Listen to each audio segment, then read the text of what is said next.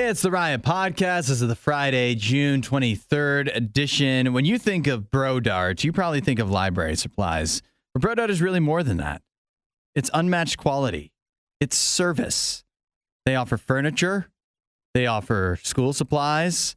Whatever your needs are, Bro Dart can take care of it. Over 50,000 products they sell. I don't even know what the heck you're talking about. Bro Dart? Bro Dart library supplies. What is Bro Dart? It's a household name in the library supply community. Bro Dart? It's the leading name in the library supply community. And I, for one, trust them. What the heck are you talking about? To provide all of my library supplies. How much are they paying you? Say this, because if so, I would like to have a piece. Because I also like Bro Dart. All of a sudden. You know what's great? You just did that for free. Oh. You even know what Bro Dart is? I have no idea what the heck that is. What is that? It's library supplies. Is it actually the library supplies? It's a real company. This is not a real ad for them. Isn't it crazy? The only reason I had Bro Dart on the mind is because it was one of the companies my grandmother worked for at one time. She doesn't anymore because she's no longer with us. But oh, geez. I was just this thinking is a of like great intro. Yeah. Do you ever when you listen to a podcast, yeah, many of them put you through that. They make you listen to those ads every single podcast. This is the first time you ever heard anybody say anything resembling what I just said on the podcast. Yeah, we don't do that. Yeah. No ads, right? And do you do this? When I listen to some podcasts that I really like, and they have ads, and then I sit there and I think, I really need to listen to this because I can't skip through it. Because I want to support. This is how they make their money. If I skip these ads, they might stop making the podcast. Never. You don't think that? I skip through them every single time. You're not that altruistic with your podcast? I hate them. I hate them. One of the podcasts that I listened to recently, they've changed the layout of their podcast. Yeah. To where you cannot skip through it. No. And I hate it. You need it makes me so mad. A better podcast platform. I mute it during that period. A better app. I can't listen to it. I can't do it. It makes me so mad. I sit at work and I listen to my podcast while I'm working and whatnot. And whenever an ad comes up, it's like 2 minutes long. And I just mute it because I can't stand listening to it. What do you hate more when it comes to podcast ads? Which do you prefer? If you could abolish one, which would it be? The ads that come in that are just like a standard ad, they're a different volume than the rest of the podcast, always. Of course, always. Much louder. But they're produced with different people, different voices that aren't on the podcast, just random voiceover people talking about childcare or whatever. Or, just stuff that's not relevant to you at all. In fact, I had one in my one podcast that I listen to frequently comes up is in Spanish. I don't speak Spanish. No. So would you rather have that? Odd commercial. It's a Spanish ad I can tell it's for AutoZone. But why would they even pay for that? It makes no sense. I don't know why they put that on for me. Or would you rather have the dry read ads? We call it a dry read in the biz, where it's just the host reading the ad script and maybe pretending like they actually really believe what they're talking about, like I just did, even though I didn't have a script. That was just me and my love of Bro Dart off the cuff. I would rather the host read it. Yeah. I hate when they break in with the loud. It's so much louder. It sounds so much more normal when the person reads it. But think about this though. When it's just the host reading it, it's harder to know when to stop skipping. Yeah, that's true. When you keep hearing loud blah blah blah and you're skipping forward 15 seconds at a time, then it's clear when the host comes back, the people you actually want to hear from come back. So let me ask you this then. If you were to have one brand sponsor you, what would your brand be? Knowing full well they never will. Yes, knowing full well. Because we're not really allowed to do that. Yeah, of course, yeah. Because I think about all the ones that I go through. I mean, obviously I endorse TR a lot on the Texas show. Roadhouse. Wow, they've never reached out to me. It's honestly kind of insulting. But I'm trying to think of other places that I love that I would be a sponsor for. I mean, you have to be realistic because, of course, I'd love a car company to just give me a free car. Oh, yeah. To advertise. They don't even have to pay me. Just give me a car.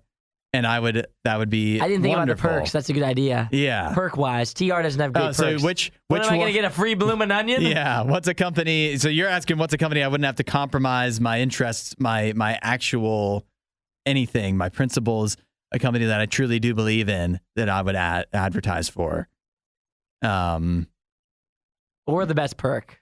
The best perk. Yeah, you weren't even thinking of perks. I wasn't thinking of perks. I would rather do perks because the car one's so good. I know the answer to the first one, Popeyes. Popeyes. Yeah, I would have no bones about saying go to Popeyes. Their ghost pepper wings and chicken sandwich is fire. Yeah, Popeyes is good. I could advertise for them. See, for if me, I was allowed, and if they asked. If they asked me to do so. I think if I'm going perk-wise, I'm not picking TR. No, you could do better. I could do way better. Yet again, I'm not getting a free Bloomin' Onion. That's silly. Do like the car one's StubHub or good. something? StubHub to be sick because now you get free tickets. Yep.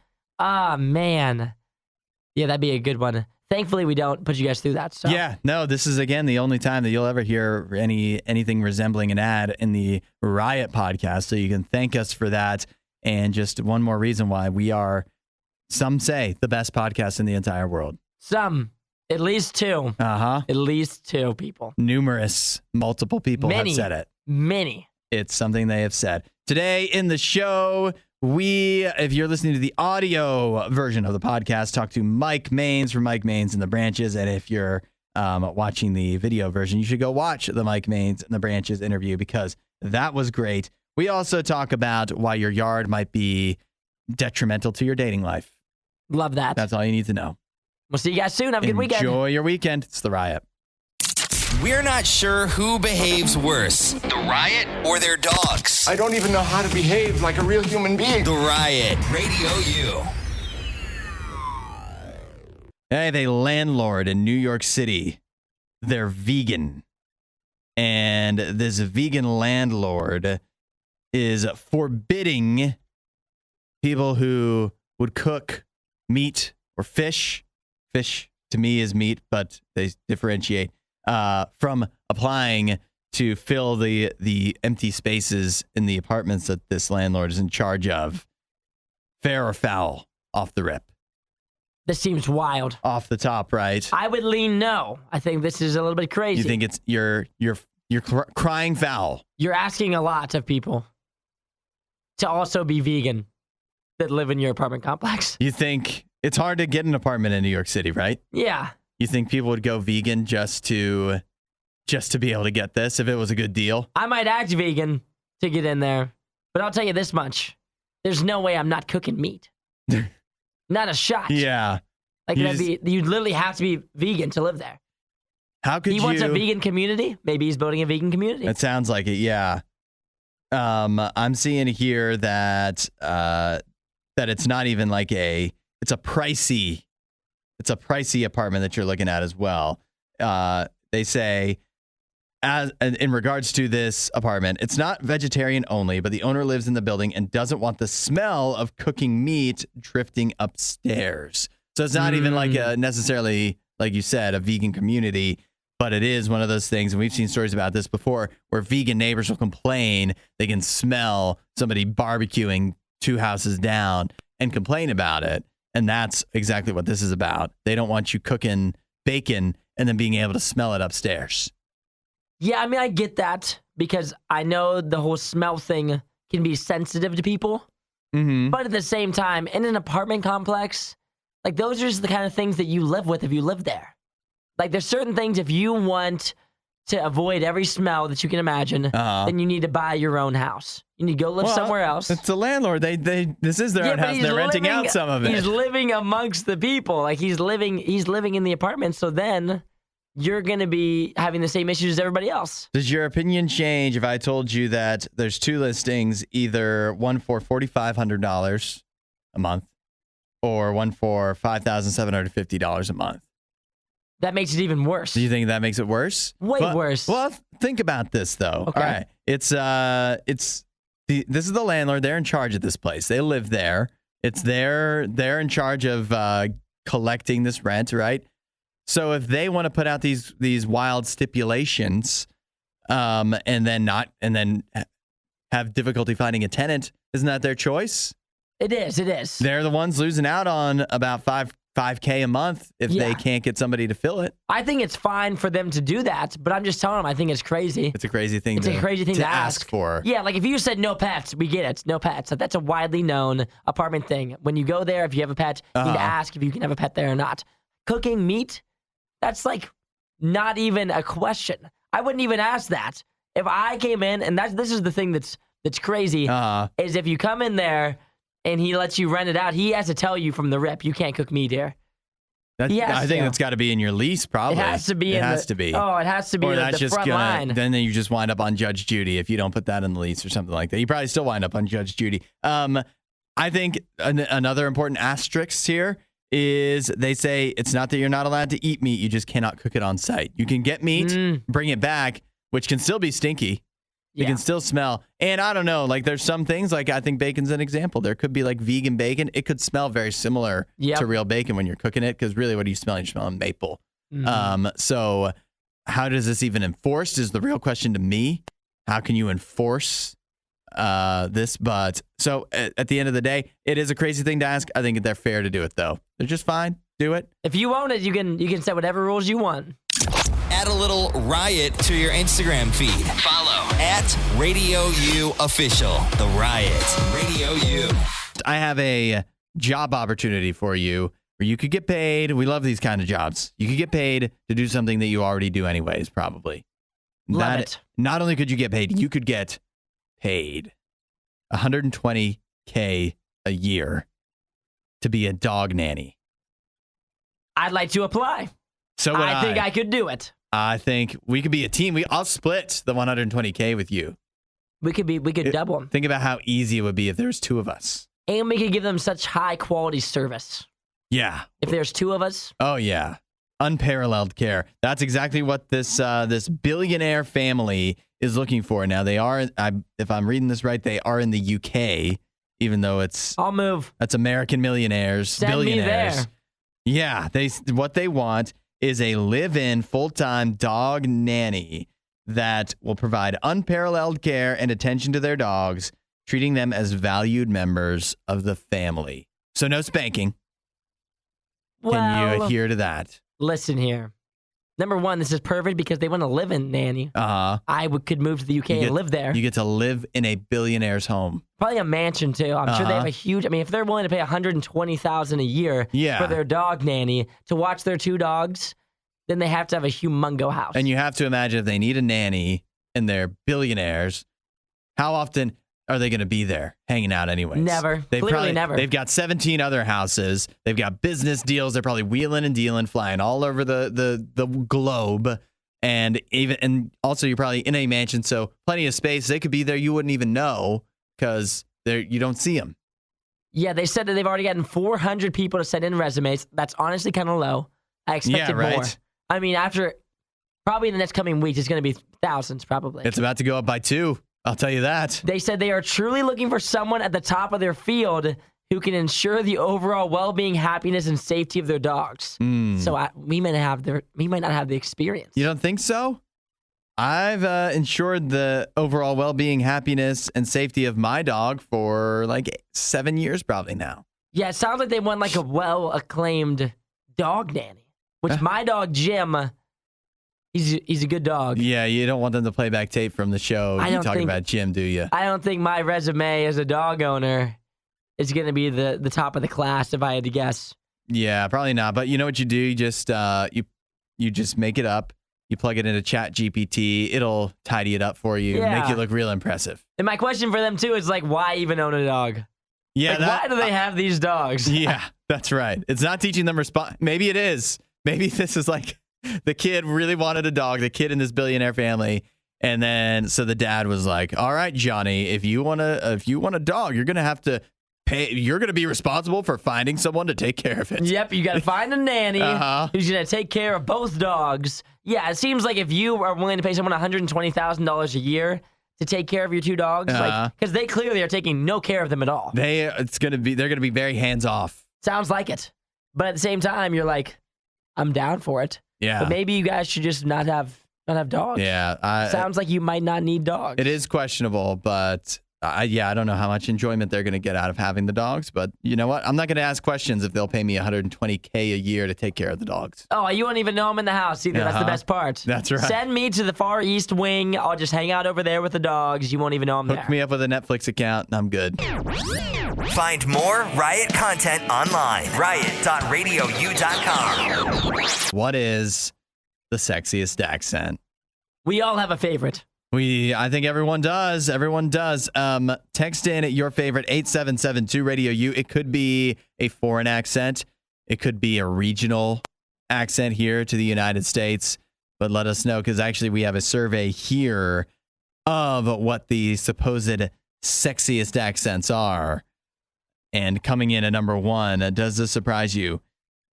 69% of people like the British accent. 69, that makes sense. Yeah. I'm with it. That makes sense. Yeah. To me, the British accent is one of the ones that I have different ideas. I can picture different British accents and whether I like them or not. Yeah, I think it depends on the accent. Because there's like a smooth British accent that's actually really cool. But then there's also like the oi. Yeah. British accent. Oi, mister, what are you doing? Which is a little aggressive. That sounds kind of Australian too, but I'm with you there. Well, Australian would be more like crikey. Yeah, there it is. Right? Yeah, a little different. Australian actually came in at number 2 on the list. Well, that makes sense. 54% of people thought the Australian accent was sexy or attractive. I mean, as I'm going through here, one of my shocking things is that Spanish is so low. Spanish is only 23% of people like the Spanish accent. Yeah, which is low. I think that's low. I mean, it comes below Scottish. Yeah. Can you imagine? Come on. That's a little Scottish, difficult. that's a sexy accent? I can't be sure. I don't know. I don't know if sexy is the right word, but Scottish can be pretty cool, though. French is coming in at 4. French is like the language of love, isn't it? It is the language of love. It comes in at 4? Wild. I like Irish came in at number 3. Now, granted, I think, is this fair? British, 69% of people liked. Australian, 54%. And then the next highest percent was actually the Southern accent. Oh. Which to me, very similar to British, can have a wide range. There can be some real cute Southern accents. I love a good Southern accent. But also you can sound completely wild and unintelligible having a Southern accent as well. It just depends on not only how your Southern accent is portrayed, but also if you're able to do it in a way that I'm able to understand. Yeah, that's right. So do you have a favorite accent that you're willing to divulge? See, I'm a fan of accents. I love if you have an accent. And I'm sure to some people I probably have an accent, right? Because I don't have a Southern accent. I've heard that. People have said that to me before. Yeah. I believe you've relayed that to me as well, that people, when you go up north, will say that you have an American accent. Yes. And so for me, though, some of my favorites, I like a Southern accent. I lived in the South for a little bit, and where I lived, they all had real deep Southern accents. And some of them very cute. Some of the gals, very cute Southern accents. But one that is slept on, I don't know why I like it so much. It's like the Minnesota accent. You like that? I like that. I don't know why I do. I think it's so cute. I don't know why. The Minnesota... I think it's funny. It's like a combination of funny and cute to me. I think it's good. The Minnesota accent is not that different from a Canadian accent. It's pretty similar. Yeah. Exactly. And I'm with the Canadian accents too. I like those. Yeah. I think it sounds pretty cute. If you're thinking pure attraction, that's not what comes to mind for me. What's for you? What are you If I just heard a voice and it had a Minnesota accent, I don't think I'd be like, oh, tell me more. It's definitely not the sexiest, but I'll tell you, I think it's really cute. Which is different. I think the Southern one's cute too. I'm definitely leaning either Southern or the Northern Minnesota. I'm seeing text in. Susanna says South African. Where did that come in on the list? 9% of people. I feel like most people just don't even know what that would be, myself included. Todd says French. Yeah, that makes sense. Accent. That makes sense. I guess I'm a fan of the Irish accent. You're not. I do. I like the Irish accent. Get out of here. I like the Irish accent. I like Italian's a good one too. Oh, Italian's good. Yeah, Italian, hard to go against that. Just where across the board, I think they probably, if you just have that accent, you probably sound cool. Yeah, you sound good. Me. The only thing Isaiah loves more than the riot is himself. Someone who probably still lives with his mother and hates himself. You're listening to The Riot on RadioU. Let's fire up that old riot hotline. 8772-RADIO-U. The question for you is, if you were to plan your vacation only around food, you just wanted to go somewhere and eat the best you could, where would that be? I ask because I have a new survey here of 2,000 adults that says that where they will eat, the food they will eat on vacation is more important, the cuisine, more important than culture. landmarks, and even beaches. Wow. When it comes to planning a vacation. Even beaches? You need to consider or at least according to this survey, people consider the restaurants that they will be eating at ahead of the quality of the beaches that they will be going to when they're planning a vacation. That's crazy. I guess people, when they go on vacation, it's a lot about food. That's like one of the big things on vacay is going out to eat and whatnot. It definitely is. I'm thinking like coming up here, I haven't planned my vacation, any of my vacations. I wouldn't say that, all right, let's pick some restaurants and then go to that area. You know what I mean? Yeah. I've never done that. But do I plan every time I have a vacation coming up that I'm unbuckling the belt, unhinging the jaw, and eating just whatever I want pretty much? Yes, every single time.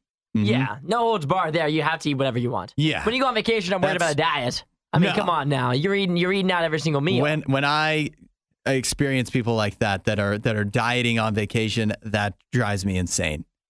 Yeah, why do we even come? Enjoy yourself. Why are we here? Enjoy yourself when you're on vacation. So the question remains then, let's say you were ignoring everything else and just picking a vacation spot based off of the food.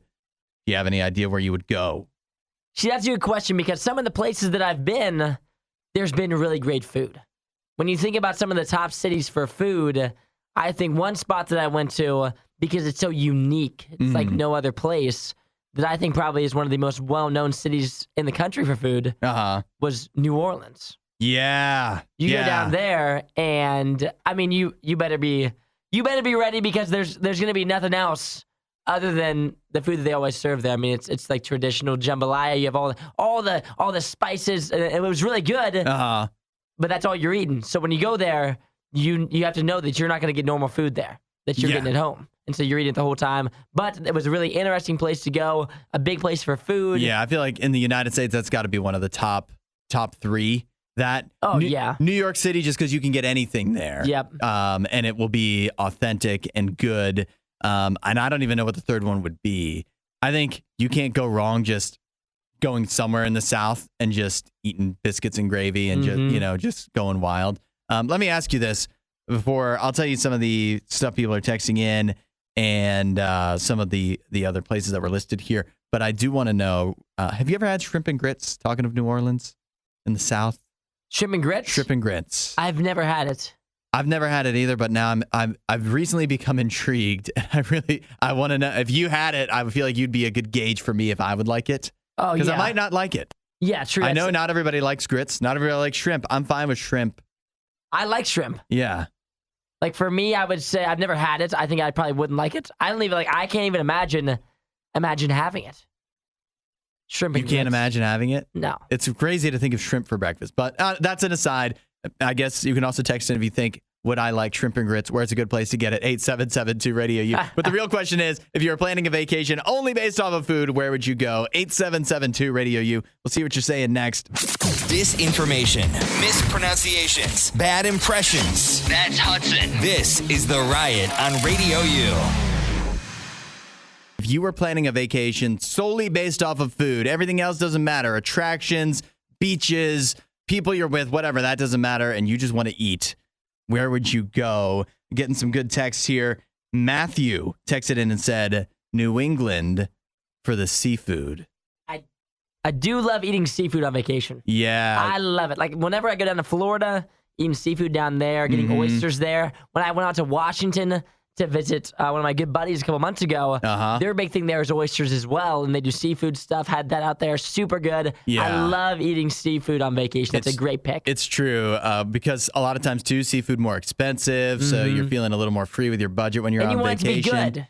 Yeah, you want it to be fresh. If you're in a landlocked area, it can be bad. It's not the same as getting the fresh lobster from New England or getting the fresh salmon from Seattle or whatever it is. So, yeah, that's definitely a great choice. I also see here that Max says New Orleans was his first thought as well, same as you.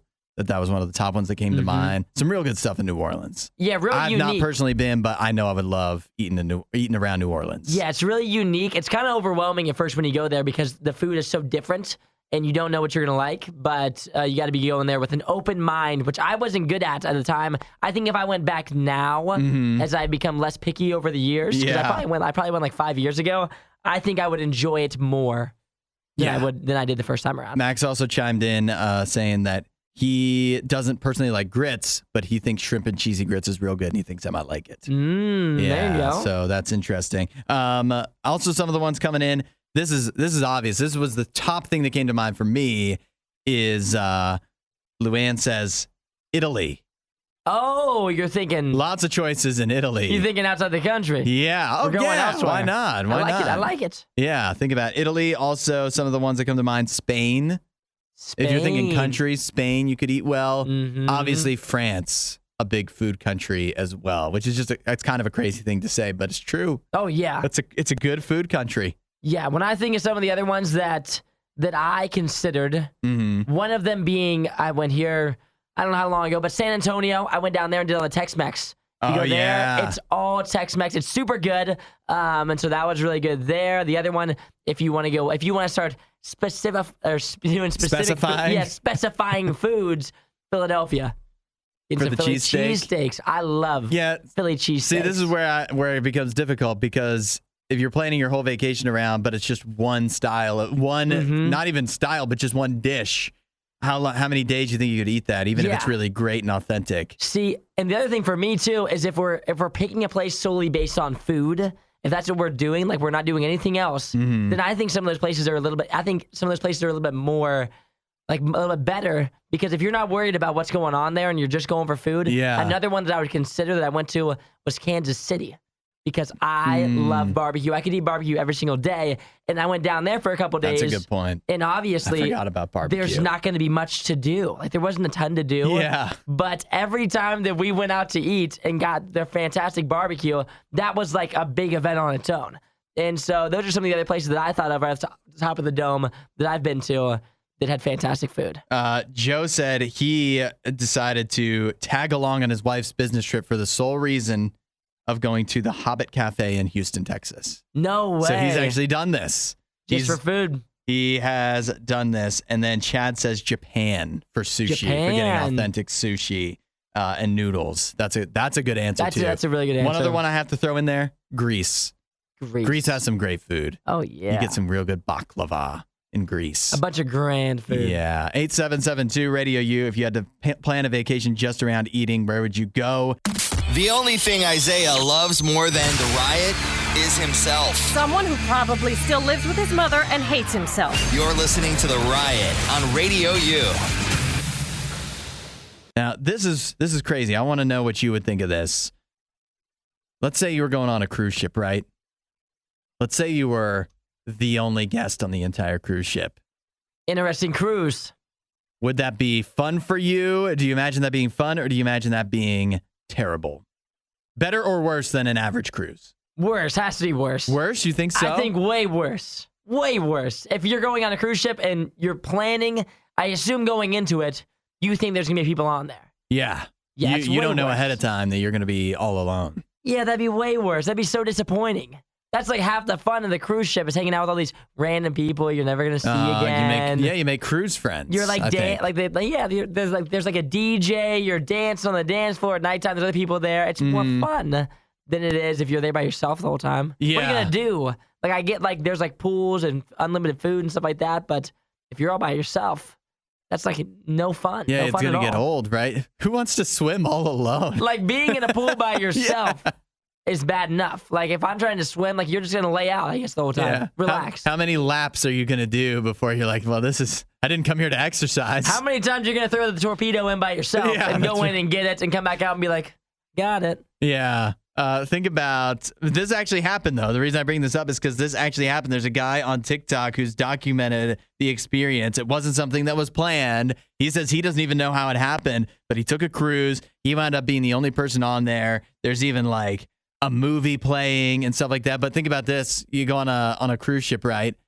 And there's like entertainment. Yeah. There's the pool, there's the buffet, but there's also like comedians. Live music. Imagine going to a comedian's set and you're the only person in the audience. You're just by yourself. That's not going to be enjoyable for you or the comedian. Oh, yeah, any of the events, like the live music, they're just like the bands and stuff they have on there are just playing for you. Yeah. Like they've got to feel like, seriously, like this is what we're doing. But they still have to do it because they got paid to do it, right? Yeah, exactly. And he paid for it. Uh-huh. So he paid for all these services, all these events.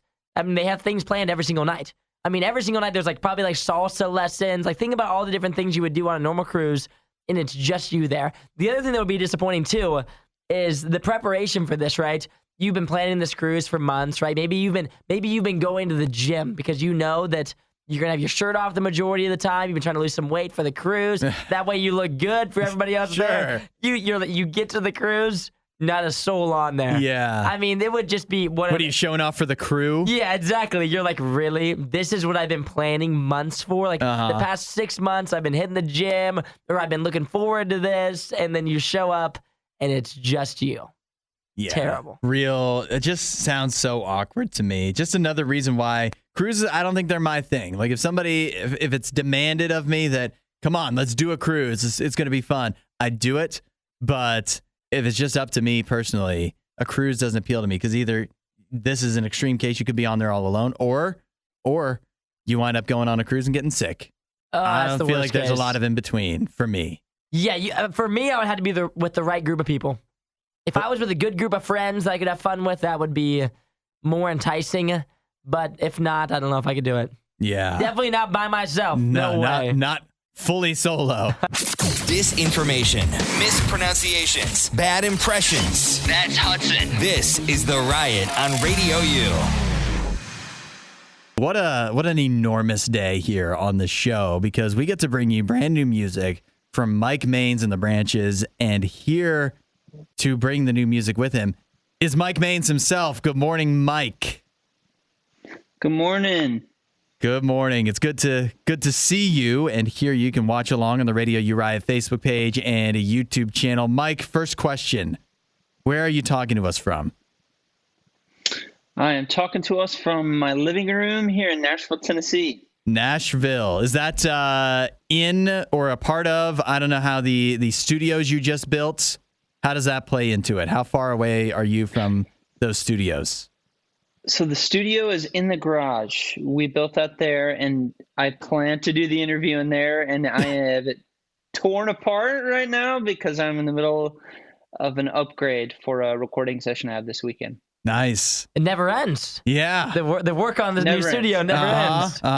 So what of the new studio do you think you're the most proud of? Like, what's the part that when you finished it, you were like, this is pretty sick. I like this. This is a good thing. The vocal booth. So I've got a vocal booth as well as an upright piano, and that is a sacred space for me. I can go in and shut the door and kind of forget the world for a while and just write songs, which is what I will be doing after our interview today. I really, really love that. And the design behind the studio was Shannon said that she wanted it to feel like you're hanging out at your grandma's couch on a Sunday. So just really trying to keep it peaceful for when I'm writing as well as when I'm writing with other artists as well. Nice and comfortable. Sounds good. My grandmother called it, I don't know if this is relevant at all, she called it a Chesterfield, not a couch. A Chesterfield, not a couch. I don't know how that propels things forward, but I thought it was important to add. There you go. Mike, I want to know, do people come up to you? Do people say this to you a lot, that you're a pretty fashionable guy?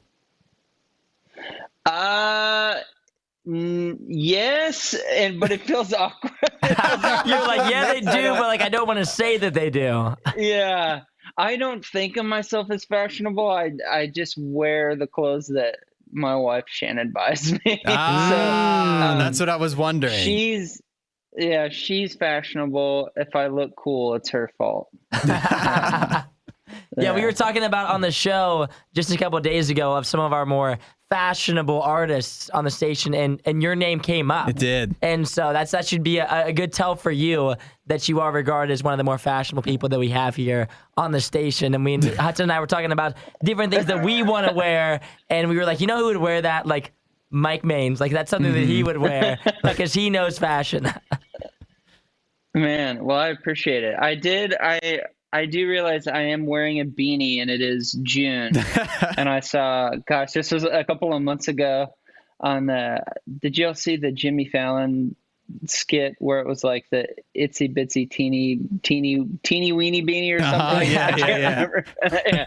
I was like, oh no, they have me pegged. Yeah. I mean, I think it is valuable to know, though, for me, that your wife is behind so much of your fashion sense, because a lot of my fashion is bucking exactly what my wife says and doing the opposite. When she says no, I say yes. And so maybe I need to listen to her more. I'd probably look a whole lot better. Yeah. I think that Make it better. it's worked for you, apparently. Mike, you guys are also getting ready to go on tour here pretty soon. And I was looking at some of the places that you guys are heading out starting like August 11th or so. Is there anywhere that you're going to perform that maybe this is the second time you've went there, or anywhere that you guys have on the list that you're really excited to go to? Yes. I don't know if this is announced yet, but here we go anyway. We're playing a festival on August 5th with Colony House. So I'm genuinely stoked about that. We love the Colony House crew, and that should be really rad. Denver, all the dates in Denver. We're doing one. It's a private event, and then we're playing, I think it's called the Marquee Theater in Denver. And Denver means a lot to me. It's where I was born, and I took a pretty big hiatus last year to work on my mental health and spent about 3 months in Denver. So Denver continues to be a place of warmth and comfort and restoration. And so I'm really looking forward to being back in the Rockies. Cue all of the Dumb and Dumber references. Well, we're looking forward to the new tour. Yeah, I mean, and if Mike didn't mention your city, but it's on the list, there's still going to be a great show. Oh, it'll be grand. Yeah. So you've got the tour coming up, and we've got the new song, We Are Alive, that we're going to play here in just a few moments. What else is, I mean, you're talking about going ahead and writing music after you get done with us, so we don't want to keep you with that. But obviously that means more new music is on the horizon. What else have you got coming up here?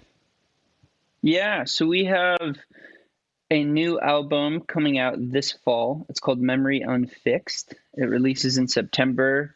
I'm extremely proud of it. The cliche thing that we as artists say is, I feel like it's my best work yet, and I really do. I think there's something for every Branches fan on this album. I feel like for every record, we kind of turn into a different band. Home was sort of its own thing. Calm Down, Everything Is Fine is like classic sophomore slump of being afraid that you can't repeat whatever minute success we felt we had on the first one. When We're in Love was an album about heartbreak and rebuilding, and Memory Unfixed it's a bit more cerebral. You know, it was born during the pandemic and written and finished sort of in the middle and a bit after. So it's kind of the beginning, middle, and ending of the pandemic were where Memory Unfixed was born. And We're Alive in particular was one of the first songs that came out of that season. I was reflecting a lot on my childhood, my teenage years, you know, because I had all this time off to sort of sit around and allow whatever wild, weird memories were sort of brewing down in my subconscious, that a lot of that kind of floated up to the surface. There was some pain. There was also a lot of magic and beauty in there. And we have a great record to show. And of course, I'm always writing. I feel like when I went away last year, I have a whole other album's worth of material. So, but I'm really excited about this and glad that we are not taking too long to put out music. I feel like I always make a record, scrap it, make another record, scrap it, and then finally settle. So for every full length we release, there's probably 2 or 3 in between. I need to get better at just letting go and putting it out there. Just sending it out. Yeah, I think a lot of people would appreciate that. Well, I'll tell you what, Mike, we're enjoying We Are Alive, already hearing it a few times here in the station. We're loving it, and we're real fired up for the new album and the tour and everything you got going on. So we're really excited, man. Thanks for taking some time with us. Thank you guys so much. I really appreciate it. It's an honor. You won't hear a show like this anywhere else. And that's probably for the best. The Worst of the Riot. Radio U. How do you feel about robots? Not huge into them. Uh-huh. Not a big robot guy. I think everybody now seems to be more concerned with AI. Than which robots. is different, although connected to robots. But it wasn't that long ago we were all freaking out because of some of the things that we've seen robots do. And I think now robots are trying to reassert themselves as being the primary threat to us as a species, as humans. I'll give you an example here. I have a robot literally called Thermonator. Good name. Sounds intimidating. Could be in a movie. a good name if it wasn't going to destroy us. Thermonator is a robot, essentially a robot dog with a flamethrower attached to its back. Now, why? Like, why? Why? Why are we doing this? I mean, Who it's created cool. this? It's cool. You can't is argue sick. that it's cool. But in what practical application would you need a flamethrowing dog It's for other than mowing down people? Is this for like the military? Like, what is this? It looks like this should be in the military. What would the military even do with it? I don't know. First line of defense. It feels pretty inhumane. Send him out. If you're going to send a robot dog out to the battlefield and With start, a flamethrower on him. Yeah. That's not the kind of country we are we? But you would think that's really the only use for it. How could you look at yourself in the mirror if you send a robot dog out to do that? Yeah, With but a at the same time, everything needs a purpose, you know? And there's no purpose for this other than that. No, there's definitely not. Like, you're not going to have this at your house? What are you going to do, start a bonfire with it? Just one little squirt, Tito. One little squirt. I mean, it's burning down a whole forest in this video. The average person doesn't need a flamethrower, much less a robot dog with a flamethrower attached to it. This is, it is something, though, that is going to be available here for pre-order pretty soon. Can you just buy this, anyone? I think if you've got the money, I think How much they're does this kind of cost? making it available to just about anybody. But I mean, yeah, you have to imagine that we've already got enough devastating forest fires running wild as is. Forget about if you're just granting people access to a robot with a flamethrower on its back. Yeah, it's a 30-foot long stream of burning fuel. Up to 45 minutes. That's a long time. 45 minutes straight. It's a long time. Think of all the stuff it could burn in that time. And think about this, too. It's 30 feet to put into consideration. That's 3 basketball hoops long. Yeah. That's a long stream. You'd have to stand far, far away from this thing. Yeah, 30 feet's pretty far. How much will it cost? Hasn't been revealed yet, but it says... If I had to guess, I would say... They have some $32. I'm not good at guessing. Clearly not. Yeah. The options were where they think it's going to be somewhere around $4,300. $4,300. Yeah, $4,300. I think it needs to be higher. You think more? Yeah, I was going to say it needs to be higher to keep it out of, just the average person's hand. Yeah. But I also don't want billionaires having an army of robot dogs. Yeah. So if you make it real expensive, then at least a billionaire could only buy one. Because if some maniac wants to buy up a bunch of these, I mean, what's to stop them from just demolishing a city, burning it to the ground, literally with robot dogs? See, this seems like some this has to yet again. If you bring in robots into the equation, it's a movie plot every time. Yeah. Like some villain's gonna buy 460 robo flame throwing dogs. Yeah. Except the problem is we don't have the Avengers in real life. No. This is scary to me. What possible reason? But flamethrowers. Uh-huh. Pretty sick. They are cool. Pretty sick. Hey, would you trust me with a flamethrower? No. Be cool to own one, though. Much less a robot dog. Find more Riot content online. Riot.radiou.com.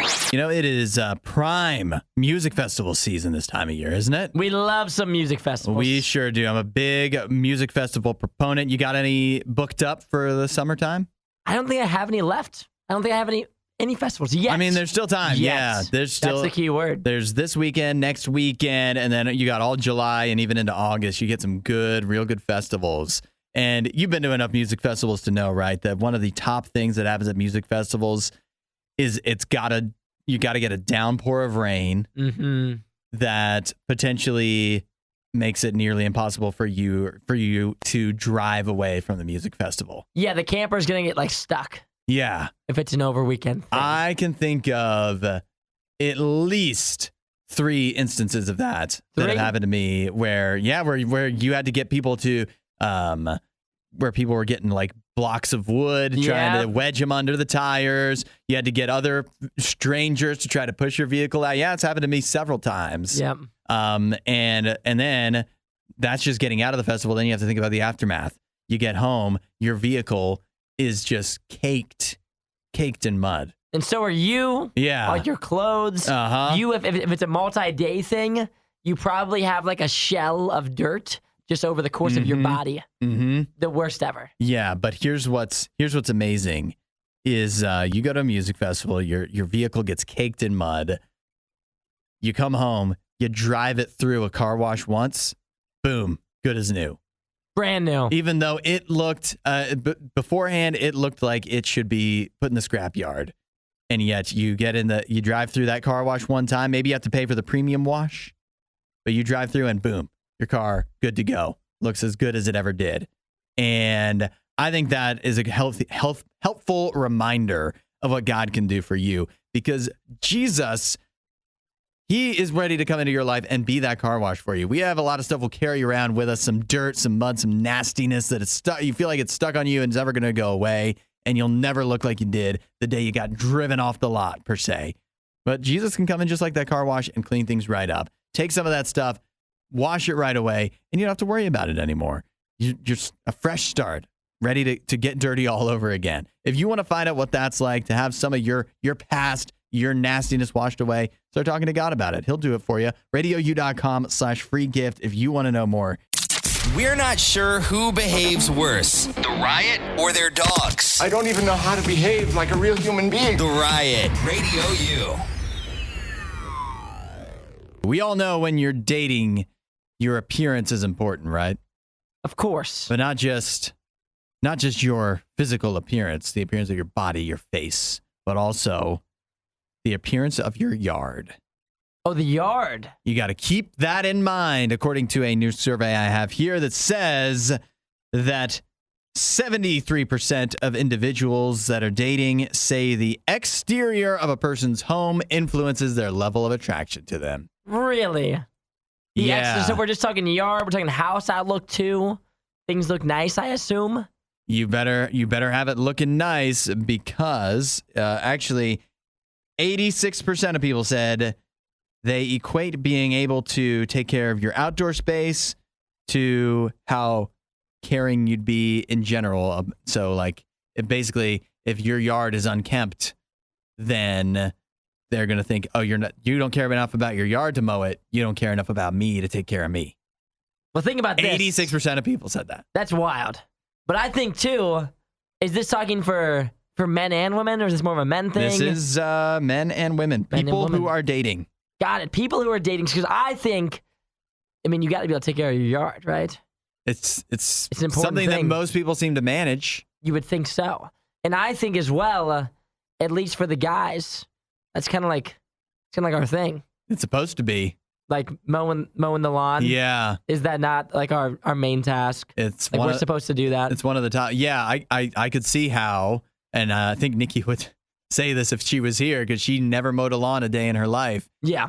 If she came over to your house and saw that the yard was unmowed, that'd be a major red flag, because it'd be like, oh, so I'm going to have to mow it. So you can't even handle the one task that I'm giving you. Uh-huh. The one thing that you're supposed to be able to do. If you can't be trusted with mowing the lawn, how can I trust you with more important household things? Yeah, like what's your thing? You know, if you can't do that, then like what's your thing? Yeah. I mean, you can imagine too, right? If you were going to somebody's house to pick them up for a first date and there's like just ladders left everywhere, weeds sprouting up, you know, as tall Yard's as your so up to your high. belly button. Yeah. Oh, yeah, it looks real rough. It's a bad look. You're telling me that's not going to be a problem for you? No, it's a red flag for sure. I think that's definitely a red flag. Man or woman? What about this, though? Let me ask you this, because maybe I am a suspect of this. Oh, yeah? What about this? Maybe this is what holding you back is this what you're could saying? be, because I'm not great with the whole yard thing. I'm okay. Yeah. I mow it from time to time. I mowed it this past weekend. Mm-hmm. And I don't have much yard either. And what about dog poop in the yard? Where does that like? I think that would be a fairly major problem. You think so? If you're Isaiah, I tell me if you've done this. You've had like a gal over. You guys are chilling. You got a hot tub back in your backyard and stuff. You're like, all right, come on out. Yeah, we'll hang out in the backyard. But then you tell her, watch where you step. There could be landmines everywhere. You're telling me that's just gonna fly. That's gonna go well. Is that a conversation you want to have? See, I think it's a bad one. A disclaimer you want to attach. See, I will say this as well. This past Saturday, not only did I mow my backyard, but I also tried to get rid of as much poop as I possibly could that it accrued in my backyard over the wintertime. Mm-hmm. Because nobody's picking up poop in the winter. Come on. And not in my backyard. Yeah. But no, I don't blame you for that. Because I'm like, people are going to be coming over soon. It's summertime. But yeah, I think I do a decent job. The yard's pretty good. But at the same time, the poop in the yard, that's probably my red flag. Yeah. Either way, you have to either disclaim it or she just gets a nice surprise walking out there and you think you're getting a second date after that. No chance. She steps in poop? No way. Yeah, it's over. I'm not taking it on my head either. I'm immediately going to yell at Jim, my dog. Jim, are you joking? You just do that? I pick it up every time, I swear. I swear I pick it up every time. Yeah. I think that's not a visible thing, but it is a thing to take care of. It's a bad one. Yeah. That's enough of that. For more Riot content, head to riot.radiou.com.